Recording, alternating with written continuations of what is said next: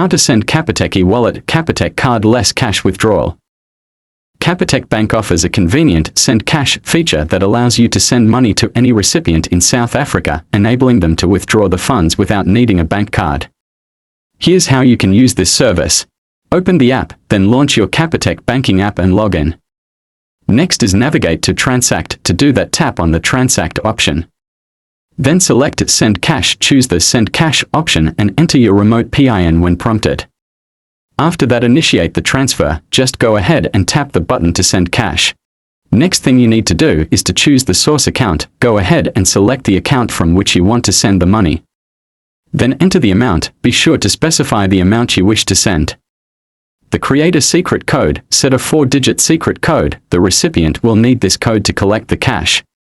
After that, confirm the transaction, review the details, accept the terms and conditions, and confirm the transaction. Lastly, share the details. You'll receive an SMS with a reference number. Send this reference number to the recipient and separately provide them with the 4-digit secret code. So I hope this been helpful to you by any chance. Please like and subscribe. Also comment your opinion and experience about it. But that was it then. See you again in the next video.